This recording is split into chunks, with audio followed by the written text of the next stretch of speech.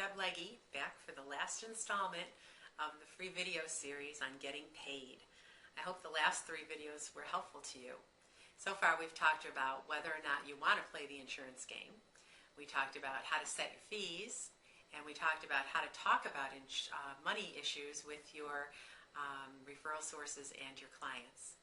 And in this final video, we're going to talk about credentialing with insurance panels.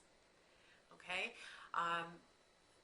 Credentialing is and can be a very daunting experience if you've never done it before. Just the idea of all the information about you that you've got to gather in order to answer all the questions that the insurance companies are going to ask can seem like a whole lot of work. And in fact, it keeps a lot of people from even trying to get on insurance panels. You'd be surprised the insurance panels you can get on if you start scouring the internet for options. And but if you think that the credentialing process is going to be overwhelming, you're not going to be apt to do that. So let's just talk a little bit about what it entails. We'll go into just a little bit of detail. There's an awful lot more to learn, but this will at least give you some options. Let's say you are in a situation where you are licensed and you know that other people with your credentials are on insurance panels for clients in your area. And you want a piece of that pie, okay?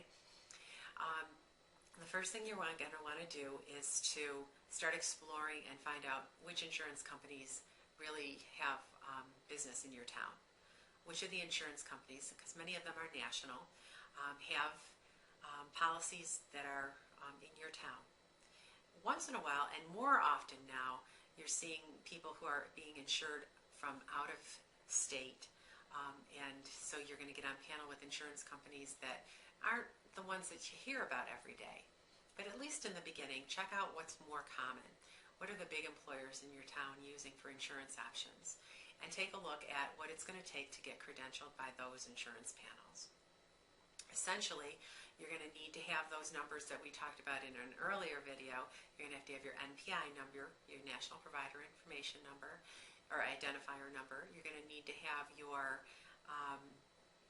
tax ID number, so that you don't have to provide your Social Security number.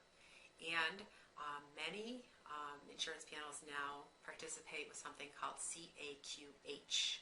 CAQH, and it's a credentialing clearinghouse for health providers, so for insurance companies actually. And that's a whole different animal that I could do a whole video on in and of itself, and I won't go into it really a whole lot right now. But essentially, you need to get a CAQH number from one of the insurance companies in town who would be willing to give you one, so that you can then go on their website and you could fill out the application. It's free. It takes a long time to do it, but it's something that you might want to think about. But let's put that aside for now and talk just about insurance, just doing it normally with insurance panels. I have found that the best thing to do is to go online with that list that you've already made of the insurance companies that do business in your area, and to go to each of their websites and go to the provider information area of their websites.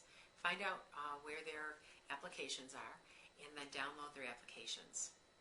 Some, not a lot, will allow you to apply right online, right on their website. Most want you to download the applications. Some insurance companies are so well endowed, shall I say. They've got so many providers that they really are only looking for specialty providers now. And again, I go back to like the core of what I teach in my coaching. They want to look and see what your niche is, and if your niche is going to be a valuable one to them. Some of the more popular ones are grief and loss, trauma, DBT, EMDR, working with kids and families, marital issues, anger management. I mean, there are a big list, and you can ask the insurance company, what types of specialty providers are you looking for? It doesn't necessarily mean that they are looking for a specific profession.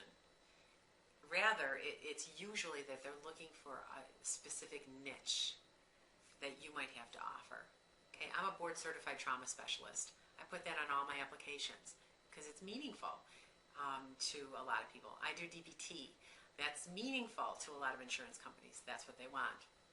So be prepared to use your niche. So those insurance companies oftentimes will give you a checklist of what it is you do and what your areas of specialization and expertise are. And that's the only thing you're going to get to fill in facts to them. And then they're going to look at that and decide whether or not they'll even give you an application. You know, they're just that well staffed that that's what they'll do. And you may get one and you may not. Other insurance companies, though, will let you download the entire application or give you a phone number so you can call and have it faxed to you or emailed to you or mailed to you. And then you can fill it out and you can send it in. Some insurance companies are going to require a whole lot of backup information. They're going to want copies of everything, including your CV and your insurance coverage and any job history that you have and all those kinds of things. So you need to be prepared for that. In other insurance companies, the applications are much more simple. All right? And then usually what happens is they take a look at your insurance application. They decide whether or not you're appropriate for their panel. And if you are, and only if you are, they will send you a contract. And when they send you the contract, there are a few things that you're going to want to look at, because some of these contracts can be really thick with really small print, and it's a whole lot to read. It's really worth at least browsing through it to make sure that everything is pretty standard. And you'll start to see that many of them look alike. But the things you're really going to want to look at are the requirements of you. Are there pre-certifications? Are there OTRs? Are there authorizations?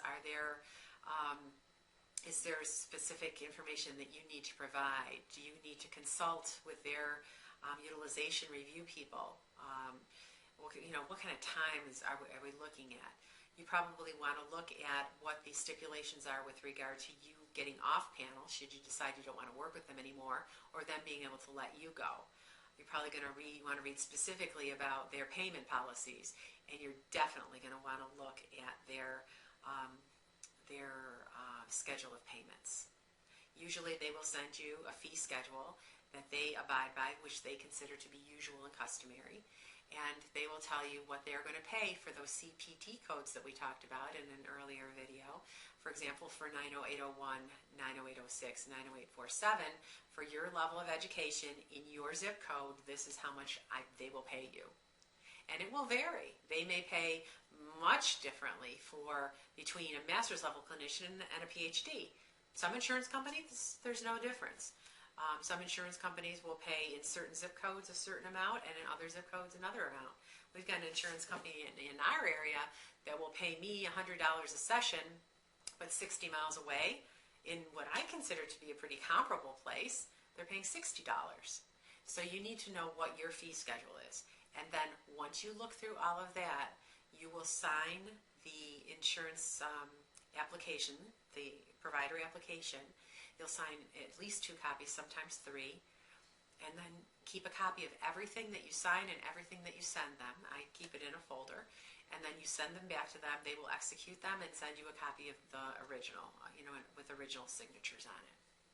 So then you would be considered to be on-paneled and credentialed with that insurance company, and then you just have to take their emails and read their letters when they send them to you, because down the road, 1 year, 2 years, 3 years, depending on the insurance company, you'll have to re-credential with them, provide them with updated information. And if you don't do that, if you just toss the stuff in the garbage thinking that it's just junk mail coming from them, and you miss the opportunity to re-credential with them, you may put yourself in a situation where you have to apply all over. Okay, and that's a problem.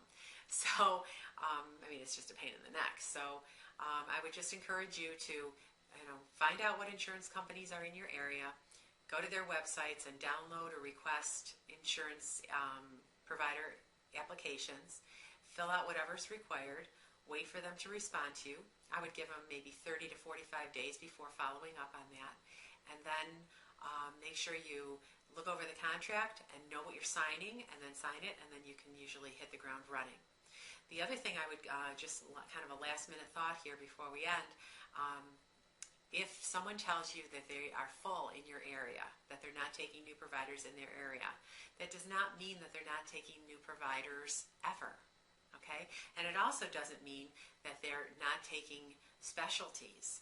Okay? So find out for them. Are there areas of specialization that you're looking for? You know, maybe it'd be worth it to you to do an additional training to get on this insurance plan, just because once you're on it, you're going to be able to see everybody. It doesn't mean you need to do just that one thing with them. You'll be able to see all the clients they have. And then also, if it's just because there are too many on plan, I would just put it in a tickler file so that you contact them every 3 months and send in your application. Just update it and send it in. If you really want to be on that panel, you need to be persistent. The last thing that you can do is, if someone comes to you and says, you know, are you on my insurance panel? And you say, no, they've told me that they have enough providers in this area, you can tell them that if you would like to nominate me, that is a possibility. They will listen to the people who purchase their insurance more than they'll listen to providers. So if you want to nominate me, they may allow an exception for us, or they may put me on panel because you are nominating me. So those are some options that you have when it comes. Don't give up too easy if somebody says no. No just means not now. So just be persistent, find out what the objections are, and address the objections, and you should be able to get on panels. Okay? I hope this series has been helpful to you. As I said in the beginning, my whole goal for doing this was to give you more things to think about, questions to ask yourself, and deciding whether or not you're going to play the insurance game and how you're going to get paid. I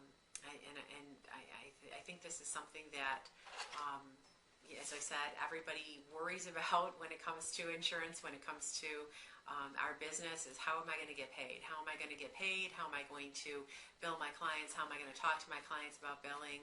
How am I going to be able to charge? So I hope that, in any case, I hope these videos have been helpful to you. Please let me know what you think. Go to our Facebook page, influentialtherapist.com. It's influential-therapist.com, and let us know you like it. Give us some comments. We'd love to hear from you. And as always, do what you can. You are an influential therapist. You're an independent person, an independent practitioner, and you should feel great about that. I hope you have a fabulous day.